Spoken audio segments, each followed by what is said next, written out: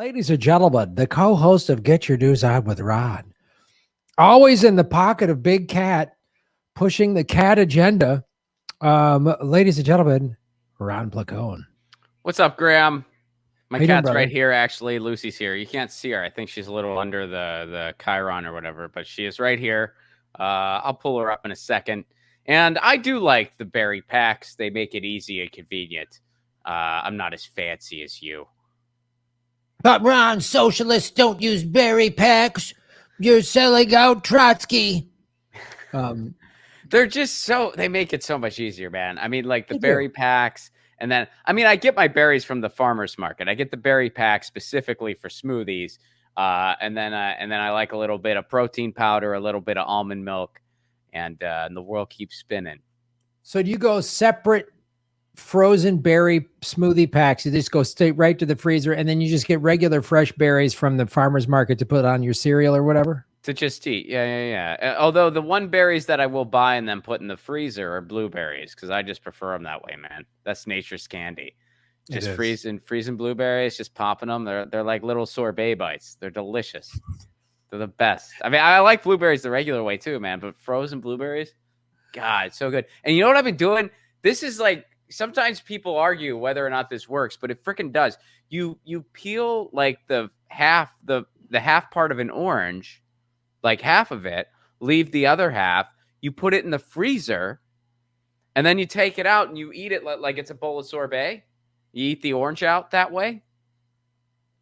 Mwah. It's delicious, dude. That's insane. I like that plan. I usually get those little, like, whatever, mandarin oranges, those little ones, or tangelos or whatever. You could do them with those. I mean, you just gotta, I mean, it's kind of hard to like peel it that way, but you just like peel the half off and then you leave like the bottom, peel on, and you just freeze it. And then you literally eat it like it's a bowl of sorbet, basically. And you get, and it comes out, like you can get it all out that way. And oh yeah, that's one of my favorite way to have an orange. But you feel like you're eating sherbet, but you're not. You're eating an orange. And it's pretty dope. It's so I'm not like a big sweets guy, but every now and again I like, if I like a popsicle or something like that, which that's okay. But sometimes it's like a frozen orange, scratches the same itch, and it's it's healthier. Ron, well, you've just sold out to the popsicle lobby. Way to go, buddy. You're not a real lefty anymore. The big cat lobby, the popsicle lobby. And sometimes I just use the berry mix too. So I'm really failing on all fronts. Wow. Like my favorite way to eat an orange is like if I think it's ice cream. It's that's the best way to do it. That's what makes me feel good. My mom says I'm special. Well, you don't eat an orange the way I eat it, so I'm going to be mad at you, and I'm going to try to yell at you to eat your orange the way I eat it, because I need you to agree with me so I feel good about myself. Well, you headbutt yours, and I just think that's weird. I mean, ever since that one day at the breakfast, you were just like, Ron, do you want an orange? And I was just like, sure. And you were like, ha! And I was like, what the fuck was that? I don't want that orange. And then of course I went to, and then I almost burned down a house because of that with a toaster. Because I was just a meathead with my orange. That's just, I love this image of us on the road. You're just politely eating breakfast. I'm like, Ron, it's time for orange juice. And I smashed it on my head. Oh shit. It's pretty accurate though. That's how it goes. Accurate. That's exactly how it goes. Because I'm way more of a morning person than you are. Yes, you are. Yes, you are. Like way more. I don't know how. You're just like set, and you're operating a big vehicle, and that's just got a forklift in the lobby of the hotel. Yeah, you're like operating a forklift. I'm barely awake, and you're just like, yeah, Ron, time to frickin'. I just it's 7 a.m. I just laid some cement. We're gonna go now. I'm like, all right, dude. I guess I'll see you in a couple hours.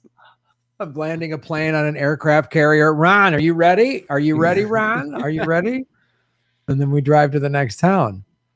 That's how it goes. We got a bunch of towns coming up, buddy, on this. So many towns. All the towns. All of them. We're coming to all of them. We're coming to a Yeah. lot. We're going to a lot of cities. Yeah, a lot of cities. We'll rattle them off now since we brought them up. San Francisco, Sacramento, Los Angeles, Tucson, Tempe, Detroit, Cleveland, Pittsburgh, Philly, New York City, DC, Asheville, Jacksonville, Orlando, Gainesville, Miami, Tampa, Nashville, Louisville, Indianapolis, Chicago, Minneapolis, Madison. How about that? Huh? That's nuts. That is nuts, buddy, that you can remember all those cities. That's fantastic. Some of them are cities we've been to before, and some of them are cities we haven't ever been to. Like we've never been to Detroit, Cleveland, or Indianapolis, or Pittsburgh. I played Pittsburgh, but not with you. Right.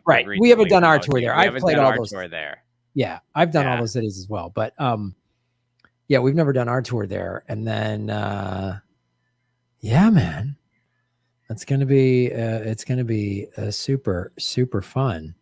So go to ronplacone.com or grahamelwood.com to get your ticket info. Let me just go over to the Rockford real quick. Please support the show. You can do the tips since the super chat feature has been shut down. That is a shitload of driving. You have no idea how much driving. That is a lot of driving. So, well, what do you say, Ron? You want to go into a You should know this. Let's go into, ladies and gentlemen, welcome to another exciting episode of You Should Know This. I'm your host, Graham Elwood, with co-host Ron Placone. This is the exciting show where Ron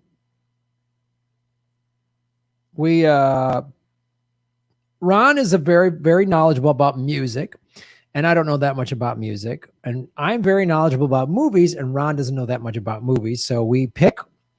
Usually Ron starts and picks a lyric from a song, and I try to guess it, and he gives me hints if I can't get it. And then I'll pick a line from a movie, and everyone in the chat is usually screaming what these things are. So, yeah, usually it's something I should know that I don't. It's yeah. I don't know. We'll see how it all shakes out. My movie knowledge is pretty. Sometimes I get it. I mean, there's times where like I'm like, oh, I know that one. Like I'm just like, oh yeah, Sandlot. I know that. That's that is definitely, that's The Church, the B horror flick from that's Fellini. I know that one. That's I occasionally get them. That's Fellini. Yeah, you know a lot of Fellini movies. I've only watched one, and it was pretty freaky. I watched it in college because I went on a kick where, when I was studying Italian, and there was this really cool. I actually should be better with movies than I am. In Bloomington, Indiana, there used to be this really cool independent movie store called the Cinemat, which ironically enough is now the Comedy Club. That's where the Comedy Club is now. Oh, no way. That's the Comedy Attic. Yeah, that used to be a really hip video store. And now it's a comedy club, which is also still cool, but the video store was really neat. And that's what it was when I was there. And, so I would like rent a lot of Italian movies to try to get good at Italian. That was like one of the things I did. I had a membership. You get a membership where you got so many movies per month or whatever. Oh man. You'd think I'd be better with movies, but nah. I know, that's amazing that membership didn't translate help. No, because I'd get weird, like I'd get these Italian films and then this like obscure horror stuff. And one of the guys who worked there like played in like a local band that I listened to. So he would recommend like this weird stuff and I would just watch that. And I don't know, the world kept spinning, man. And I never saw Wall Street. Well, I mean, now it's all online, but and there are some of them still out there. There's not a lot of them anymore, but I really miss those old school video stores. There was one actually in Santa Monica called Vidiots, and now it's like a pet food store or some shit. But, and you would go in there and find these really obscure VHS tapes or DVDs. And, that's how you got to see obscure films, is you just went to those local stores and they would have, and I would always tell people that's where your education starts. I mean, for me, that's where a lot of my film education started when we got a VHS player in the 80s when I was in high school. I was like maybe 8th grade. I can't remember, 8th grade or high school. I was 13 or 14, and we got our first VHS player, which probably cost like $600 or some insane, like Oh, yeah, 1,000. man. It was like That used to nuts. be cutting edge. It was cutting edge. I remember we went to the Chicago, whatever, like appliance store. There was this like Chicago salesman. He had kind of the 80s perm hair with a mustache, and then he had a members only jacket, and he had a Chicago accent. He was like, and he was pressing, he goes, stereo, hi-fi, stereo. You hear the difference? Stereo, hi-fi. And none of us could hear the difference. And we're like, This is don't a know. cutting edge appliance. The great thing about this is it's got a remote control. You put the tape deck in there, and it's just crystal clear.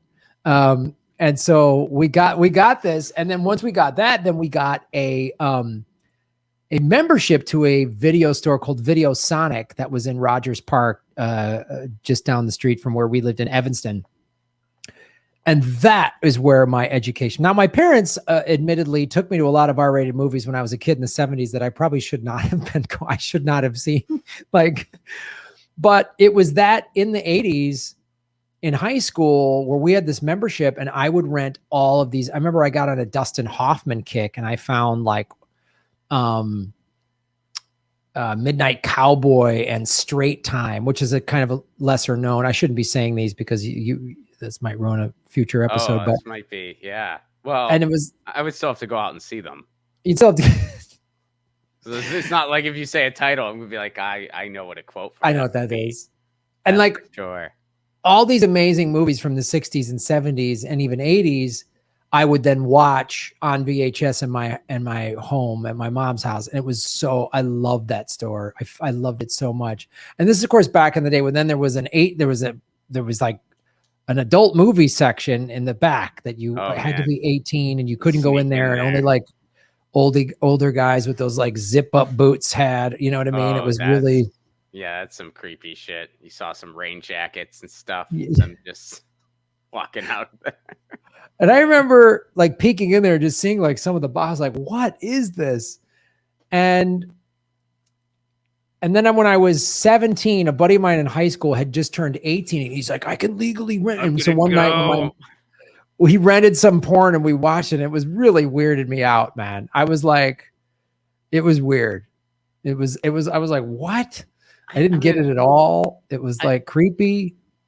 I think we all have those memories of childhood where, or at least like people who didn't have like before internet, right? Because like, I mean, I remember, yeah, you have that moment where you're with some of your buddies and you're like 11 or 12 or whatever, and you're together watching porn, and that is a strange experience. Like oh, we're watching this together, like that. Yeah, together, that's totally bizarre. Or there's like, there's a magazine buried in the woods somewhere that you keep hidden, and you go to the porn shack. And then it's like, and then later, as technology advanced, we had the dial-up days where you would get a bunch of your buddies, and you would wait a solid 45 minutes, and that topless photo of Cindy Crawford would load, and you'd be like, oh, it's done now. Those are boobs. This was I can't think of a better way we could have spent this afternoon. This was I think 12. It shouldn't be so easy that you can just get it on your phone now. It should be you had to go to a creepy store and bury the magazine in the woods. Like, it's too easy. It shouldn't be this. You kids have it too easy. You didn't have to earn your porn like we did. There's a comic, God, I forget his name now. Oh, I'm blanking on his name. God, this is not my joke. Because he talked about this in his act, and he goes, in the old days, if you wanted to watch or see a photo of or a video of a guy having sex with a chicken, you made it yourself. Like that was. It's not my joke. Oh, I'm blanking on his name, Chris. Oh man, he's gonna be really mad. It's not my joke though. That's Chris Porter. No, not Chris Porter. Dang it. Anyway, so yes, I believe porn should not be that readily accessible for people. I don't think it's good for society. I don't think it's good for society to watch that. I think it's like, it should be a secret thing that only weird guys in raincoats go do in a Video Sonic store in the 80s. Yeah, you need to have a password. And then you go. So anyway, You should know this movie That, slash this, song. this is why I'm X-rated. good at. This is the movie section of. I'm good at. You should know this because of Video Sonic, basically. I And like how going you to said that's where the education starts. Like, this is where the education starts. What, you mean a library? No. Video frickin' Sonic. Video Sonic on Ridge Avenue and Rogers Park, which now I think it's a dry cleaners or something.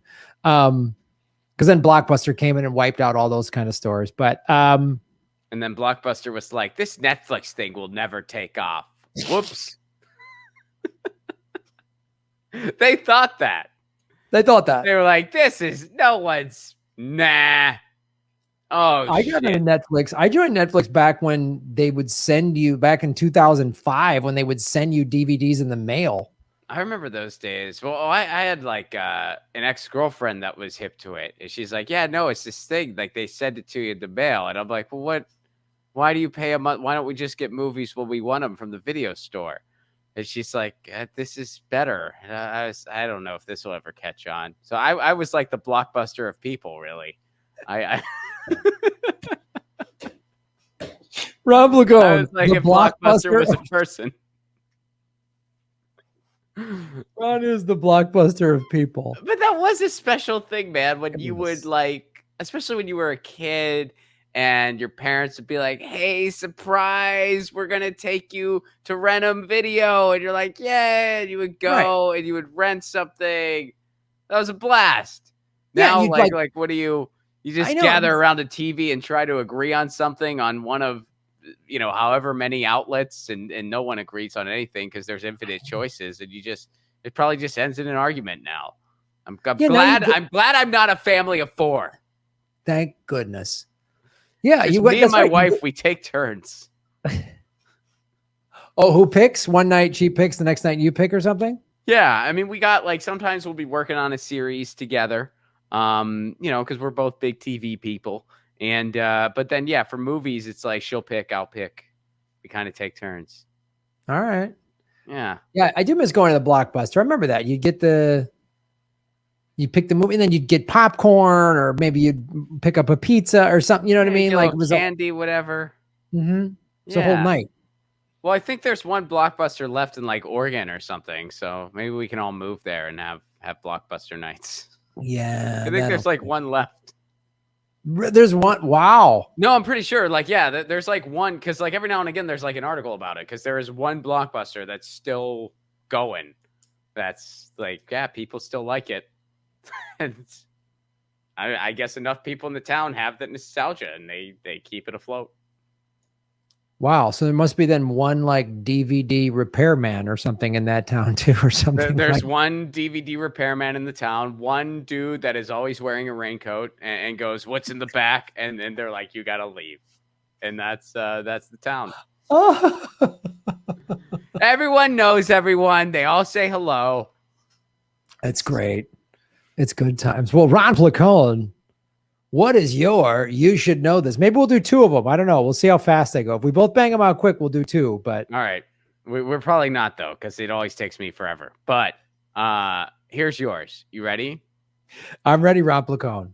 Want to put my tender heart in a blender, watch it spin around to a beautiful oblivion. Rendezvous, then I'm through with you. Beautiful oblivion. Wait.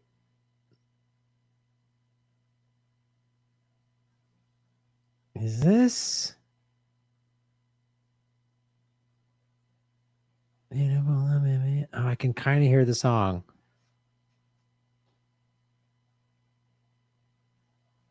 It's not Blink 182, is it? No, but you are 90s. I knew it. I could hear this lyric. I know this. I hear it. 90s, very 90s. So that's that you're warm. You're off to a good start.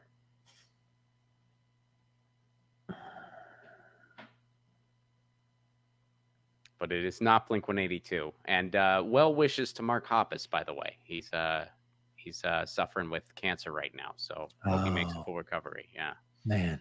Yeah.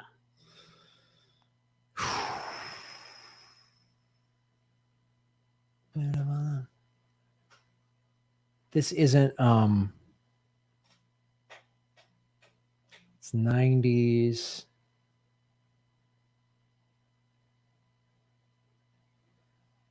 I don't know. Smashing Pumpkins? No, not Smashing Pumpkins. Are they 90s? You were, yeah. Yes, they are 90s, but you were warmer with Blink-182. It's sort of in that vein a little bit, Okay. but a little more radio friendly. I mean, well, Blink-182 is very radio friendly, but this was like a big radio hit. Yeah, it sounds like it. Oh man, I can hear the rest of the lyrics on the like tip of my tongue. But now it's probably one of these bands that was always on the radio and I never knew their name. It's possible. Yeah, I mean maybe, but you want me to say it again? Yeah.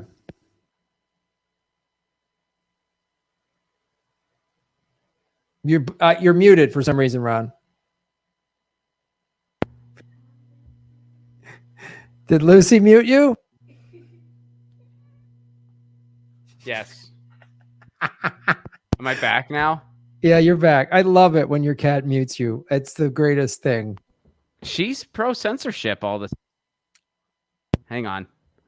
Wow. I don't know what's going on. She's what happens when you're in the pocket of big cat. They can just censor you whenever you want. Ron. I think Facebook hired her or something. Like all of a sudden she's just like, yeah, it's time for you to stop talking. And she just kicks that cable out. She's Meow. like, yeah. Well, actually, it's usually her tail that does it. So I don't think it's intentional. I think it's like she's just so comfortable and she's like, fuck this cable, and just knocks it out. Ron, that's the lies big cat wants you to believe, that they don't have control of their tails and we're that's all wagging tails, just wigging around, knocking out cords, and we're all just supposed to pretend it's normal. Come on, buddy. I have a video dropping soon, why cats are just as loyal as dogs, and I am so stoked to drop this video. And by the way, it's going to be a very sincere video. But disclaimer, it is not an anti-dog video. I love dogs. It is just a pro-cat video because they are equally as loyal, and I just feel like people don't recognize that with cats, that's all. But it is not an anti-dog video. It is a pro-animal video, and it's just, recognizing the differences in our furry companions. All I heard was Ron Placone hates dogs. I'm canceling you, Ron. Meow, meow, meow, meow. I'm a psychopath who watched your show and then projected a bunch of my crazy bullshit onto you. And when you didn't fit that mold, I'm going to go bug fuck banana nuts online. Which is that the name of the band? Bug fuck banana nuts? Bug fuck banana nuts open for these guys. So if that helps. That sounds like an amazing show. All right, say the lyric again this time. Want to put my tender heart in a blender, watch it spin around to a beautiful oblivion, rendezvous, then I'm through with you. And a blender. I feel like you're almost there. Beautiful. Say the lyrics again. I'm so close to getting the like. And I'm saying them in order, just so you know. Like, want to put my tender heart in a blender. Watch it spin around to a beautiful oblivion. Rendezvous, then I'm through with you. Rendezvous, then I'm through with you. No, tear my heart in pieces. This is my love. Is that it? That's not something you should know. So no, that is not it. Damn it. So now I think it's that no song. No offense to that song. I'm just not a fan. But yeah. But this song I do enjoy. I can't imagine you ever picking a song you didn't like for there's this. There's too many good songs out there. Yeah, there's no way you would pick a band you don't like for this. So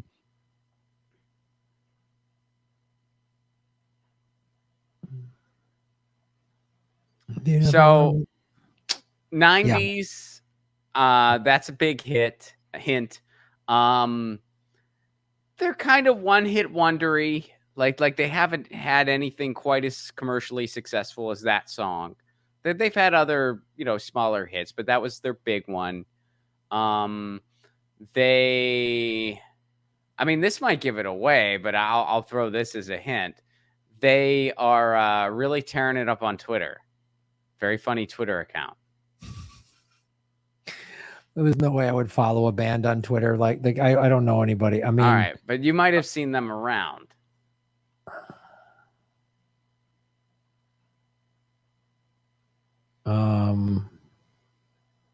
Yeah, unless they've been mad at me because I can't unvaccinate myself, I don't know that I would be following them on Twitter right now. Yeah, that the hint doesn't help. I need another. right, so, all right. so 90s. Okay. This is. I know this is radio 90s, song. Radio Maybe give song, us. Can you big give me hit. more lyrics or what? What doesn't? Will that just give it way too much away? Oh, no, here we go. I would swallow my pride. I would choke on the rind, but the lack I would thereof swallow would my lay- pride. I would choke on the right. I know There this. you go. Oh, no, beautiful oblivion. Yeah. It's one of these bands that I've heard 1,000 times and I never knew who they were. I would just go, that's that one song that I know. Damn it. There's so much music like that for me. That's fair. That's fair. And yeah, this was late 90s, I want to say. And what are some other? There's a number. There's you said Blink-182, which was incorrect, but this band does have a number in their name. I'll give you that hint. What? Yeah. How many other bands have numbers in them? I'm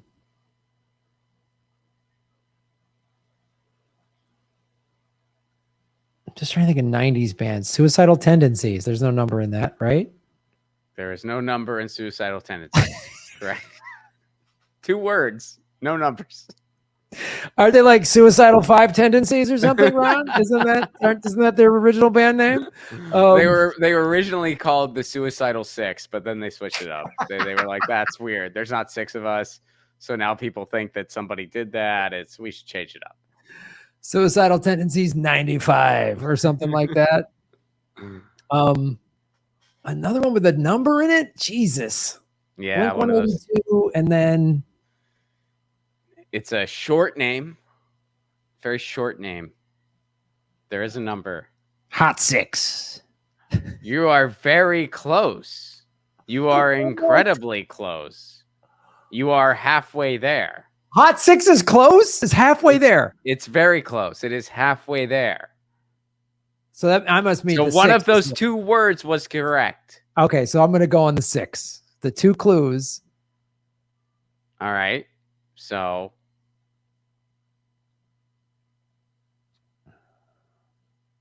6 pence, none the richer. Dude, you had like a 50-50 chance. You chose the wrong one. That's like the only other one it could have been, and that's not it. There's like one other. Yeah, they were 90s, I'm pretty sure. Didn't they do that song like, hey, Geppetto, where are you going? Is it them? Is that one of them? I know, like, Kiss Me Beneath the Milky Twilight. That's their one hit. With She's All in the She's All That movie. Great movie. That's got to be on a future. You should know this. She's All That. That's Freddie Prinze. Come on. Oh, one of those Freddie Prinze classics, man. He was churning them out in the 90s. Oh my God. All those teen movies where they're just like, it's going to be like Shakespeare, except we got some 27-year-olds playing high school kids. It's a hit, baby. And they were enjoyable movies if you were that age. I mean, in middle school, I watched that stuff. Back to the top of the conversation. Here's what those movies were for. They knew that they might not do great at the box office, but they would do blockbuster, pun intended, at video rental. There were certain movies that the studios began to realize, like Adam Sandler movies, they knew stoners were going to rent those. Like, oh yeah. Yeah. You know what I mean? And then they're going to forget and rent them a second time. Yes. And rent them every time they're high eating pizza with Doritos. You know what I mean? Like, yeah, that's why they made 6 billion of those movies. Yes. They just made 6 billion of the same movie. And they are, I mean, well, some of them were better than others, like in my opinion, but some of them were hilarious movies. I mean, the first time I saw Billy Madison, it was freaking hysterical. Oh, dude, I fell out of my chair watching that movie. I love that movie. But yeah, so you are very close. You are very, very close. Prince None the Richer is the other band that has 6 in the title. Then I'm missing the other one. There's like literally 2 radio bands, and you guessed the wrong one. I can only imagine the chat is blowing up. If we do this live, we got to really make sure the audience does not yell it out, because I mean, if we were doing this live, people would be going bananas in a comedy club. Right. Well, they'd be silent for a while, and then like after a minute, like a bunch of them would shout like, "Oh my God!" Especially when I'm in the hot seat. Which is the whole fun of this game, is that one guy just is right in front of him and the whole crowd is going nuts and they can't figure it out. That was Teenage Mutant Ninja Turtles 3. How did you not know that? All right. Blink-182, Sixpence None the Richer, and Big Six, Six Town. Oh my God, dude, just start saying words before the 6, and I feel like you'll have to get it. You're so close. All right. The Six. Quick Six. Dude, almost. I mean, Flick Six. You're always going to be 50-50 at Pick least. Six. Pick Six. Not a band, I don't think, but... These should be band names, though. I mean, I'm not... These are solid names. These are These are solid names. Just put words in front of Simple Six. Simple Six. That'd be a good band name, too. I mean, you're just coming up with solid band names, really. I mean, none of these are it, but yeah. Simple Six sounds more 80s. Like Simple Six, yeah. Like they toured with Flock of Seagulls. Yes. Yeah. Simple Six. They're a hair band. Definitely. They are a hair band. They're a hair band. They have the big hoop earrings. They tour with, yeah. All right. Sad Six. No. Can't Six. Can't Six. No. All right. It's Short Six. 3 letters. The first word is 3 letters. Okay. Yeah. And it's not the. Okay. Fox. Act 6. Act 6. No. R6. No. Hour 6.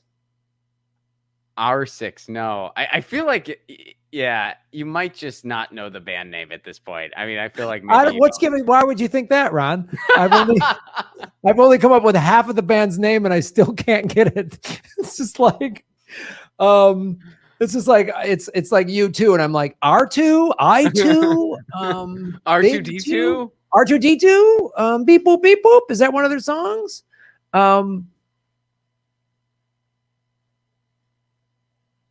Oh, this is driving me. Now I have to get this.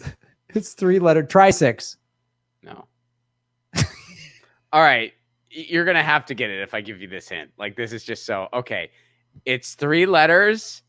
It could also be someone's name. Ben Folds 5. Yes.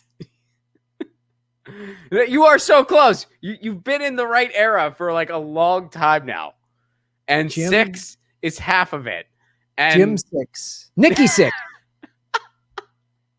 Dan 6. 3 letters. Ron 6. No. 3 letters. 3 letters. Bob Could be, I never said guy. I said it could be someone's name. Jen 6. You're getting very, very close. Biblical. There's another hint. Biblical name. What? A biblical name. Oh, and 6 is the second part. 3 letters. Job 6?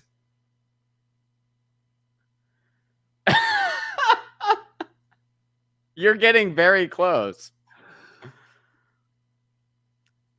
I mean, if I say anything else, like you're for sure gonna like. There's no way you're not gonna. 6. You are so close. What did God do? What was one of the first things that God did? Eve 6. There you go. You got it. Eve 6. Because I was about to be like Adam but I was like, dude, that's pretty much telling him you can't. Like you got to do everything but. And I don't know this band at all. The only reason I got it is just by process of elimination. I still don't know that this band is. I just figured out Eve 6 because you gave me 7,000 clues. Eve 6, yeah, Inside Out, and they're big lefties. So they've been like, like they're all over Twitter and they're big lefties. And their new EP is actually quite good. It's called Grim Value, and yeah, they had that big hit in the 90s.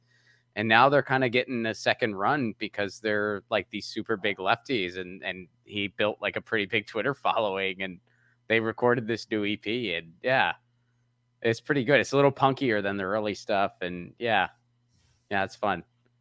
So what other songs did they have that I would have heard?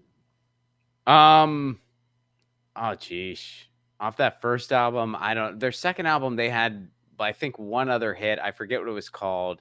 But yeah, like I said, they were kind of one-hit wondery. But on their new one, there's a lot of really cool tracks on it. I don't think it just came out, so unless you listen to it, you wouldn't know it. But it's a pretty good EP. It's got some of it has like a Misfits vibe a little bit. It's cool stuff. You know the Misfits. They were friends with Joey Motorhead. You know? No, Ron, I don't know them. I don't. When you said Misfits vibe, that means nothing to me. Misfits vibe. Ben Folds Misfits. You've heard six Misfits. 6 Misfits. You know, my buddy of mine, he wanted to do this conceptual cover band called the Smiths, where we would play Smith songs like the Misfits and Misfits songs like the Smiths. And sadly, we never put that together. I feel like we missed out on something. Wow. We really should have done that. Yeah. That's Eve 6. I have heard that band name, but if you would have said, Graham, name an Eve 6 song, I would have nothing to tell you. But now you know. Heart in a blender. One for my tender. Heart in a blender. The song's called Inside Out. Okay, that song's called Inside Out. Okay, great. Now I know Inside Out from Eve 6. There you go, dude. Nailed it. So great. How did they come up with their band name? The same way we did, just process of elimination? I think that's how. I think that it was like a charades thing. And he was like, I need a number. And then they just came out with that. Biblical name. I need a biblical. And it was something totally different, but they came up with Eve 6. And they're like, oh shit.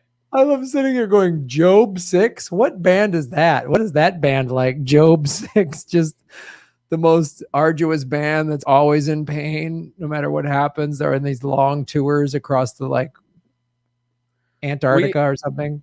You know, like, here's a fun little piece of music history that I know, and I'm sure there's nothing I could better use my short-term memory for. The band Silverchair, which was like another like, 90s band that like got real famous in the 90s, and they were super young, which Eve 6 was too. Eve 6 was 16 when their hit came out. And so was Silverchair. They were, in fact, I think Silverchair might have been a little younger. They were out of Australia and they were super young when they got famous. And they got their name because this was back in the days when you would like call the radio station and request songs on the radio. And I think it was like the bass player gave a note to the singer of the songs that he wanted to request. And they wanted to request Sliver by Nirvana.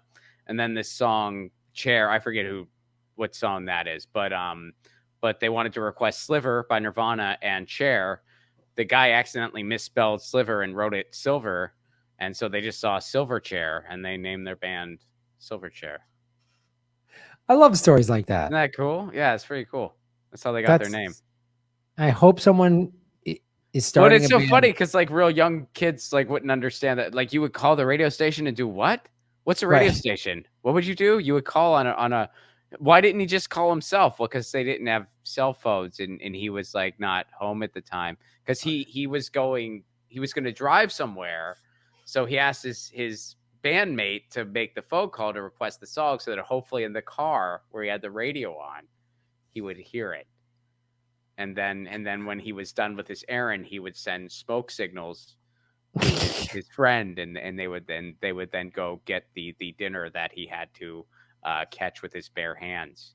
These were simpler times. Why didn't he just forward his Spotify playlist? I don't understand this. I know, right? Crazy times.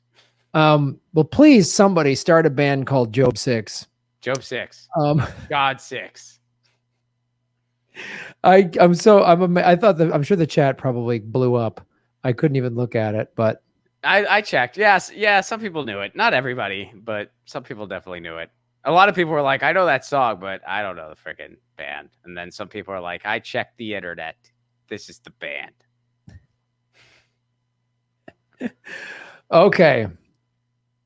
I've got a movie.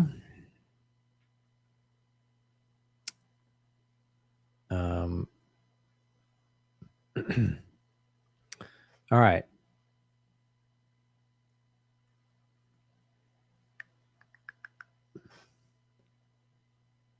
The strawberries and champagne are nice, but I'm a sure thing. Oh, shit. Oh, I know this one, actually. Damn it. Strawberries, I'm a sure thing. Oh, man. I feel like this is a really obvious one, and I know this, but it's not like I've heard this line for sure. Bill Murray said it, right? No? Oh shit, it's not what I thought then. No, all right, no. That's not Bill Murray. Is it a comedy?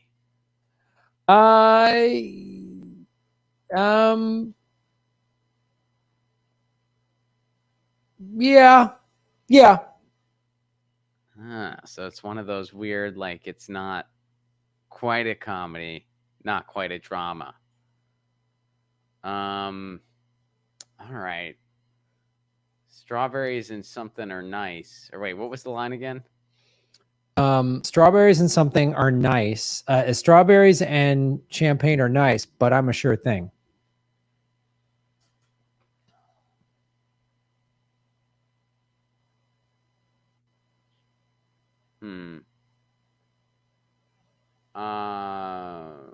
Era? What's the era? So it is early 90s. Early 90s. Okay. I mean, it is a Kind of a comedy. comedy. I'll give it's a romantic comedy. Rom-com. Okay. Early 90s rom-com. And it wasn't Bill Murray that said that line. I don't know why, but I felt like that was a Bill Murray. So Bill Murray is not in this movie. Bill Murray is not in this movie. Okay.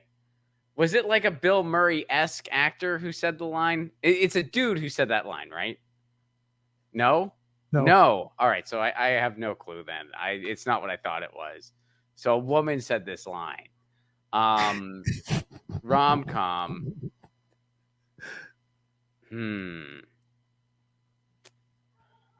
Strawberries and champagne are nice, but I'm a sure thing. The Wedding Singer. You mentioned Adam Sandler.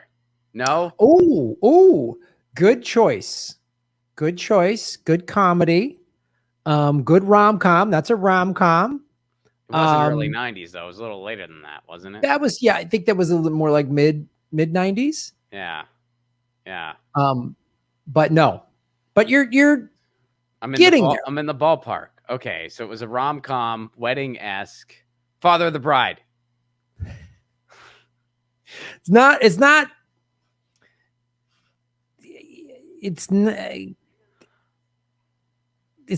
I wouldn't. Wedding is too. It's not wedding-esque. It's not wedding-esque. It's just rom-com-y. Right. I would say. Well, here's the thing. I would say it's actually. It is rom-com. It is a rom-com for sure, but it's more. It's actually. Yeah. Wedding Singer might be too. Well, Wedding Singer has a serious actor in it. Okay. So this movie is more serious actors doing a rom-com than less wacky comedians like Adam Sandler and Bill Murray. Okay, so this isn't comedian-esque, which just here. Hold on, am I back? It's more romance than comedy. Okay, yeah, that's it's not a straight. You know what I mean? It's like more like the fall in love story was what it's about with some funny moments in it, but it's more. Okay, that's not helping me. That just like lessened my chances. I was like, that's Meatballs. Like, no, dude, that's not. Meatballs. I love that movie. So do I. Rudy the Rabbit. You're Rudy the Rabbit. Man, why did you do that? I would have gotten it. I would have been like freaking meatballs.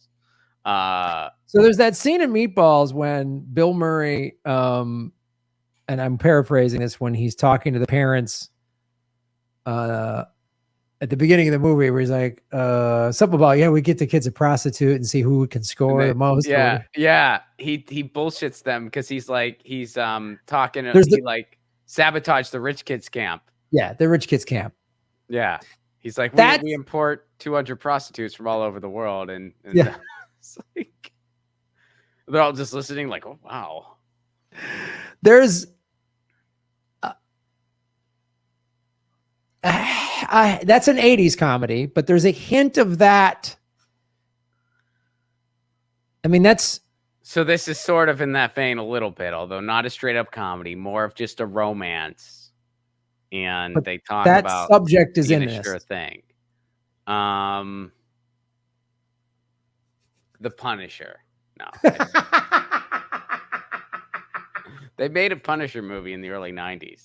I do remember that movie. Yeah. Yeah, with it was a weird one. God, I'm blanking on the name. It was I'm not gonna know. The actor that was in Hung, that HBO series. God, what's that actor's name? He also played Roger Maris. No, he played Mickey Mantle. All right.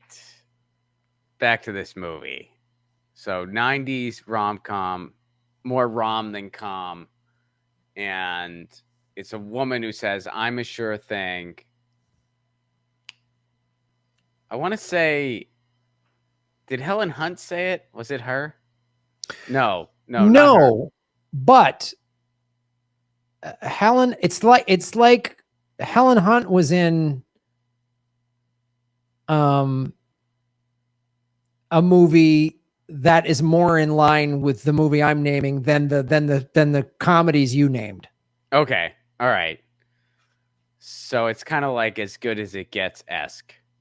Okay, so you know what that movie is. Yes, it's more like that. That's two solid actors in a romance story that has funny moments in it, but it's not a wacky comedy like Meatballs or. Okay, but it's early 90s. It's in that same vein, man. This is the genre of movie. Anything As Good as It Gets, you're in this. All right, I'm in the family. Okay.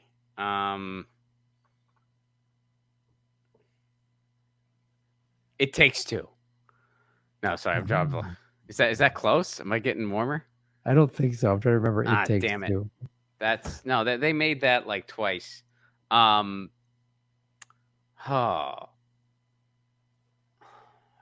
90s is the thing that's stumping me because I'm trying to think of like romance movies from the early 90s and I'm coming up with nothing. Because like whenever I think early 90s, I think like just the stuff I was into, which was, like Ninja Turtles and shit like that. Yeah, it was a huge blockbuster. I mean, it was like, okay, it was big, man. And it was like, it had a little controversy in it surrounding it. A little bit. Well, what was the controversy? Or would that give it away? Kinda, yeah. Oh, okay. Huh. All right. Shit. Early 90s, controversy, romance, champagne, but I'm a sure thing. Pretty Woman. Yes. Boom. Yeah. That's it. Yeah. That's it. Yes. Dude. Oh, I got one. Yes. Directed by Gary Marshall. And it's this fun-loving movie, but everyone was like, wait a minute, it's glamorizing. It makes the life of a prostitute seem like this fun thing, and you're just going to meet a rich guy, and prostitutes look like Julia Roberts rather than like women that have been pimped out because they got a drug addiction or what, you know what I mean? Like it really, a lot of people were like, what? This is what Hollywood's depiction of prostitution is. And Julia Roberts is the fun-loving prostitute and Richard Gere is the rich guy. If you would have said either of those two actors, I would have gotten it right away. Okay. I would have gotten it. I mean, it's good you didn't. Like, it was more fun but I have seen Pretty Woman. So yeah, but yeah, it's weird. Like you associate sometimes you like mix up lines or whatever. But yeah, okay, cool, awesome. Yeah, because that's part of the thing. I was like, when you were like Bill Murray, I'm like, no, it's Richard Gere and Julia Roberts. It's directed by and Gary Marshall. You know, most of his movies have funny moments in them for sure. And he'll have some comedians in them. Like Jason Alexander's in this movie. He has a bit part. It's before Seinfeld blew him up. And he's in it. And I forget some of the co-stars play her friend, Julia Roberts, Richard Gere, Lauren San Giancamo. She was in it. Hector Elizondo was in it. Jason Alexander. Larry Miller's in it. So there's funny moments, like that scene where she's going to buy stuff and Larry Miller comes up to Richard Gere and he's like, Richard Gere says to Larry Miller, I need more sucking up. And he's like, well, sir, not only are you a strong and professional, good-looking man. He goes, no, not me, her. This is Larry Miller plays this great shopkeeper that's just excited about getting a bunch of commissions because Richard Gere brings her in there and is like, she can have whatever she wants. And she buys whatever, 10 grand worth of clothing or something like that. And then they're in the hotel room and he orders strawberries and champagne. And she goes, you know, the strawberries and champagne is nice, but I'm a sure thing. Nice. All right, man. Dude, that's the quickest you've gotten one, I think, in a long time. Unless I knew it right away. There's been a couple where it's like I actually did just know it, but with exception of that, yeah, this is the quickest I've ever like gotten to it with some shepherding. People put the Time Bandits, Deuce Bigelow, Male Gigolo. People are putting in the chat. Yes, those are all very good choices, very noteworthy. Folks, hit the like button, go on and go over to rockfin.com/Graham Elwood. We have 190 likes. Let's get the likes up to 200, everybody. And support what we're doing. Coyote, well, these are great choices. What's the fun? It's like sometimes you'll make up band names. So I'll just like say movies that I know are not the answer, but I feel like I should just say something. So just pull out some goofy, like, yeah, this is a ridiculous, like, bring it on part 2. Well, that's the best part is just like the whack. If you don't know it, then then say a funny band name, like say a funny title, not? like why not? That's go for the joke. So I don't know. You want to do another round or how you doing? You got to get going. Let's do one quick one. Because someone brought it to my attention that there's something I should acknowledge. So let's do it. Let's do a quick one. Well, we won't take as much time. We'll just let the other one know if they don't know. But I'll go first. You ready? Yeah. You must been round that Texas town. You know what I'm talking about. Just let me know if you want to go to that home. And I can't say any more because I would say the title, but Texas town. You must been round that Texas town. You know what I'm talking about. Just let me know if you want to go to that home. They got a lot of nice girls. Oh, the Dixie Chicks. No. Well, you got a nice girls. So now that's ZZ Top. Yep. And the song is ZZ Top Goes to Texas or whatever. Well, they live there, so they probably went there quite often, but first of all, yeah, you nailed it with the band. The song, I mean, this was a big hit, and they're singing about a place. You know what I'm talking about. Just let me know if you want to go to that home outside. Wow. They got a lot of nice girls. ZZ Top. Something about they don't say that, but rock and roll, driving a crazy car. I don't know. That'd be fun. That'd be great if those were the actual words. They just say the name of their band and the genre they play. 4 guys with beards There were 3 of them, and only 2 of them had beards. But you got it. But they had like a backup guy, like a guy on the bench for basketball, in case the guy got injured, right? They had a backup top. I don't think so. I think it was just the 3 of them. And the ironic thing is that Frank Beard is the name of the drummer, who also was the only member of the band who didn't have a beard. His name was literally Beard. He didn't have a beard. Yep.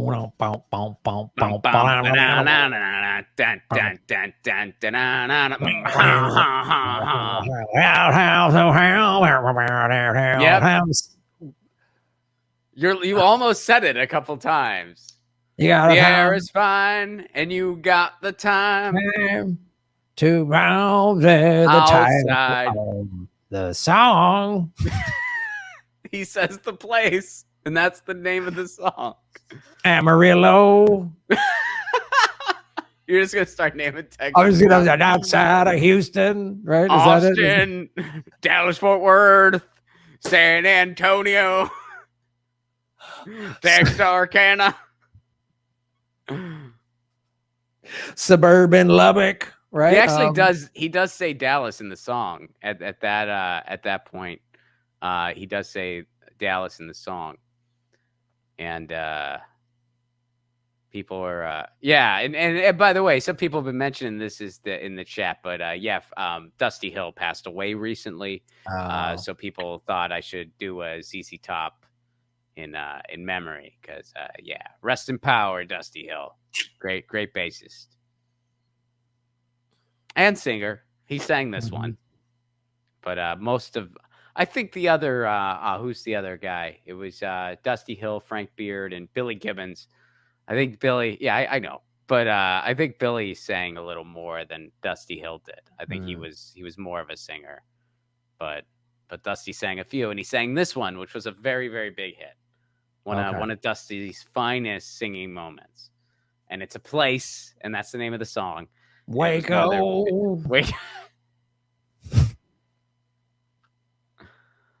To that home outside. Outside. You know what I'm talking about. You know what I'm talking about. To that home. Well, I've heard the song 1,000 times. I've heard the song 1,000 times. That home outside. The ranch. Dude, you're so close. That's literally, it sounds like that. Yes. Home outside. The farm. You almost said it the first time. The ranch was close, and you were like literally making the sound of like the word. The barn.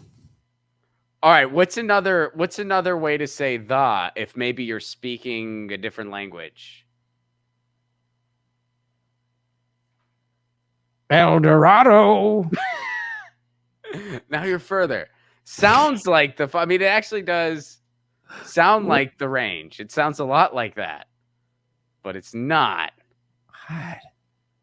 I know I've heard the song 1,000 times.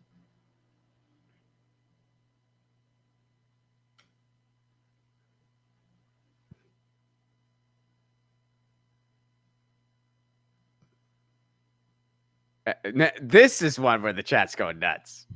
You're like they weren't going as nuts on the Eve 6, but a bunch of them are like, I know this song. I've heard this song. Of course you have. All right, you want me to just say it? To that home outside LaGrange. Oh, LaGrange. You know what I'm talking about. The range. Just let me know if you want to go to that shack outside LaGrange. They got a lot of nice girls.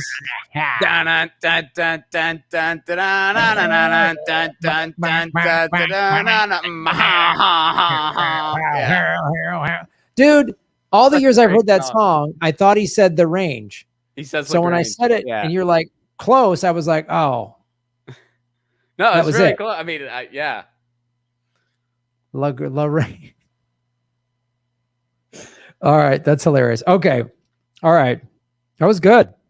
Because I got it quick, but not all. I couldn't get the song. You nailed the band. The band. Yeah. ZZ Top is really the Eve 6 of Texas bands. Totally. Yeah. They're definitely, they were like, Okay. I can't remember if I've done this one before. And if I have, I'll get another one I quickly. might have but- an easier time if you did. Second time, I might be like, I'll be like, Okay. Wall Street.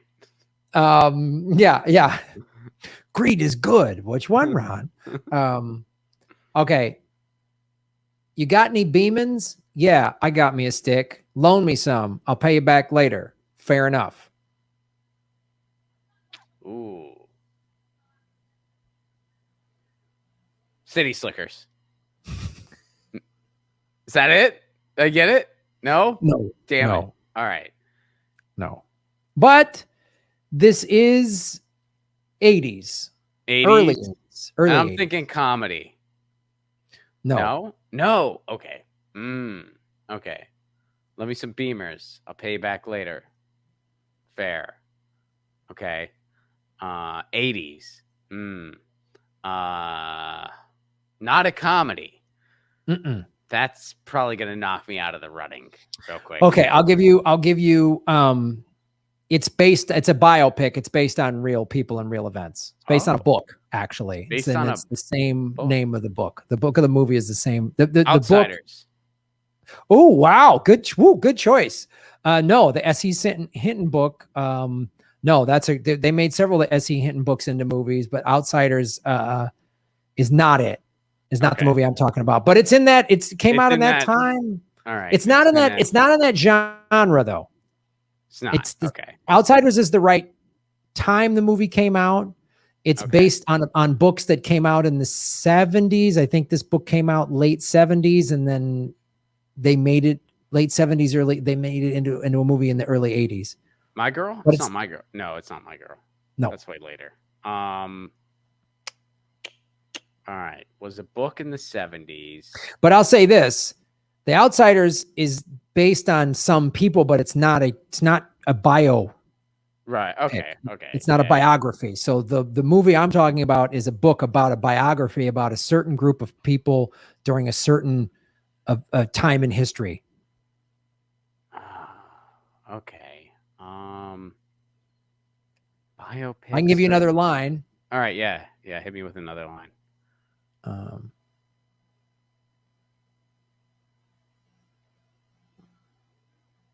There's a demon that lives out there at Mach 5.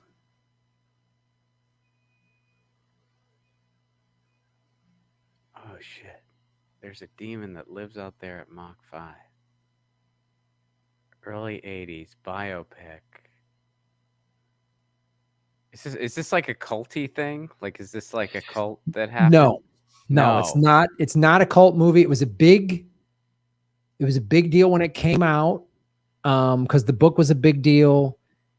It was kind of a big event, kind of a movie, like Helter Skelter. Oh, wow. No, but you are. I'll tell you what. Helter Skelter took place. The actual events took place in the 60s. These actual events from this book took place in the 60s. Late 50s, early 60s. The movie about it came out in the 80s. The book was like in the 70s, but it's about, and like Helter Skelter was big news. This was big news. This is big news. 50s, 60s. There's a demon at Mach 5. Early 60s, I believe. Early 60s, a lot of this went down. It led to a big significant event in American and human history. Oh, shit. I should probably know this. All right. So biopic led to a big event. Oh man. Okay.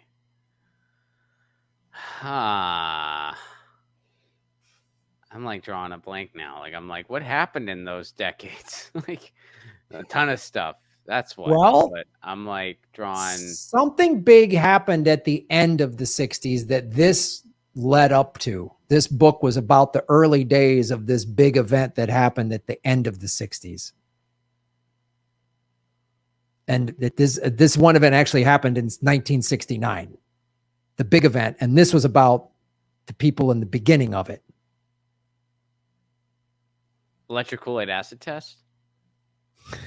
What the fuck is that? Well, that's a book, but I don't know. I just took a wild guess that they made a movie out of it. No, it's not counterculture. I mean, this is like, oh, it's not. Oh, okay. no way. Okay, because I was thinking maybe this was something in the Woodstock family. Ah, no. Yeah. But it happened that around then.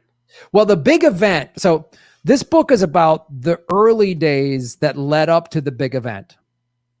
So, for example, if this movie, and this is just an example, if this movie was about Woodstock, or if this movie and book would be about the early days of the music industry in the 60s that led to Woodstock, it would be that. Okay. Does that make sense? Yes. Okay. So this is like, okay. And there's been plenty of movies and stuff made about this big event that happened in 1969, just like there's been plenty of movies about Woodstock. But the movie that I'm talking about was what led up and the people that got us to this event.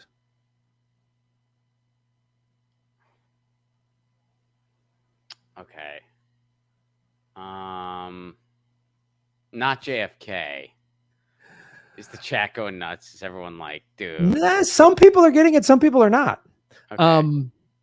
I didn't think this would be as obscure, but it was a big deal when it came out. So well, it's not JFK, but Kennedy is mentioned in this movie because he says something pretty significant that fuels this story. Okay, so this likely has something to do with the moon landing. Oh man, so it might be one of those things. Like I'm not aware of like the name of the movie. All right, so it came out in the 80s. It's I'm gonna say it's probably based on the moon landing. It's not based on the moon landing. It's the people that got us to in the early days. That's why I thought you would get this, because it's a book, and I know you read a lot. But this is yeah, but Biopic. It's a book, and it was written in the 70s about something that happened, about what happened in the 60s, having to do with the moon landing. Geez, what would that title be in that case? I feel like when you say it, I'm gonna for sure know it, but I'm like, yeah, I know when I say it, you're gonna go, oh, yeah.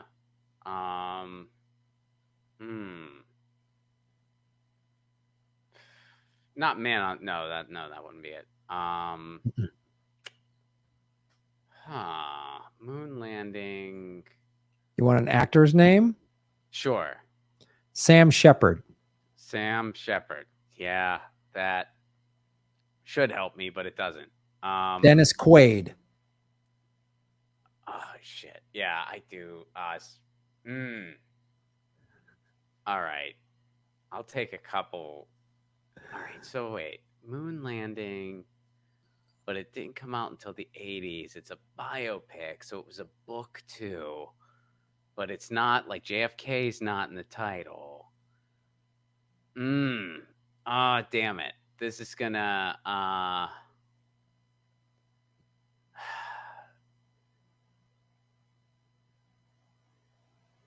I don't know, man. Yeah, you're just gonna have to tell me. All right. The book and movie were The Right Stuff. Oh, I wouldn't have gotten that. Really? Yeah, Never? I would not have gotten that. No. Oh, wow. That's fascinating. Yeah. Let me bring that movie up. That movie was, so The Right Stuff, Ron, is about all of the test pilots that were in the early days of the space program. And let me write this movie. So apparently it was the same author who wrote Electric Kool-Aid Assay Test. That's what someone in the chat saying, that it was the same author. Yes, Ron, that is correct. The Right Stuff came out in 1983. And it was directed by Philip Kaufman, adapted from the book, The Right Stuff, and it won the Academy Award for Best Music. It starred Ed Harris, Scott Glenn, Sam Shepard. And it was the actual Chuck Yeager. Sam Shepard played actual Chuck Yeager, who was this amazing test fighter pilot in the 50s, but he didn't get to go do the moon thing because he didn't get to go in the space program because he didn't have a college degree. And so, so it's like when JFK said, we're going to put a man on the moon by the end of the decade, not because it's easy, but because it's difficult. So the movie kind of starts with that. Kennedy saying, we're doing this. And then it shows sort of the behind the scenes and all these guys, what they had to go through. And the first one that got shot into space. And first, that we were in the space race with the Soviets. So Yuri Gagarin was the first human being in space. He was Russian. And they're like, oh shit, the Russians are beating. They put Sputnik in there and we were behind. And then Yuri Gagarin went and we put up a chimp and we just shows us like we were behind. And then it's really about the story of these guys that were like fighter pilots and test pilots, and Sam Shepard played Chuck Yeager, and he'd go, hey Jimmy, you got any Beemans? Yeah, I think I got me a stick. Loan me some, I'll pay you back later. And he'd do it every time he flew. Man, I feel too bad we don't care about being so behind on healthcare. That'd be nice. We should care about that. It's back when astronauts were about the betterment of mankind, not just billionaires flying their dicks around space. Yeah, flying their dicks around, barely even going anywhere. Yeah, going up for 4 minutes and then coming down with a cowboy hat and getting high-fived by your staff that you pay to high-five you bag of shit. Yeah, the worst. But yeah, the right stuff. Either read the book or watch the movie because I'll check it out, man. I will check it out. Yeah, you're right. Someone in the chat wrote Chuck Yeager broke the sound barrier. He was the first guy. And I said it wrong. Mach 5 was Mach 1, I think, is the sound barrier. And they're like, and there was all about like, no one's going to break the sound barrier. I would have gotten it had you done that line right. That was the big. That's what tripped you up. I'd be like, the right stuff. That's my You fault. said Mach 5. Yeah. And they talked about all this, like, there's a demon that lives up there at Mach 1, man, the sound barrier. Like, it was all this great, crazy. It's yeah. It's a cool movie. So check that out, ladies and gentlemen. That's another exhilarating episode of You Should Know This. Chuck Yeager said he broke the sound barrier by flooring it when the cockpit started to shake instead of letting up like everybody else. Ooh, great quote, Mira. That's great. Yeah, he broke the sound barrier. So, all right, Ron Placone, where can people check you out, man? Check me out on all the socials at Ron Placone, youtube.com/Ron Placone. I'm also on Rockfin, Ron Placone, and ronplacone.com, where you can pick up tickets to our upcoming tour dates. And we're going everywhere. We're going to San Francisco, Sacramento, LA, Tempe, Tucson, Detroit, Cleveland, Pittsburgh, New York City, Philadelphia, DC, Asheville, North Carolina. Don't wait. We're going to the Midwest, Nashville, Louisville, Indy. We're coming to a city near you. A lot of cities. Check it out. ronplacone.com or grandmawood.com for those tickets. Thank you all so much. That is Ron Placone, everybody. And you should know this. All right, buddy. We'll see you later. All right, man. Peace. Hey, everybody. It's Graham Elwood. We are going on the road, Ron Placone and I, in September and October. Check grahamelwood.com for tour dates. Probably coming to a city near you. A lot of these shows have sold out in the past. We haven't been on the road in a year and a half because of the pandemic. Come out and join us. The post-pandemic comedy tour. Go to grahamelwood.com for tickets. New cities being announced every day. Join us and support what we do at patreon.com/Graham Elwood and rockfin.com/Graham Elwood. Blockchain cryptocurrency platform. Thank you. You're making Gotham great again. Boom.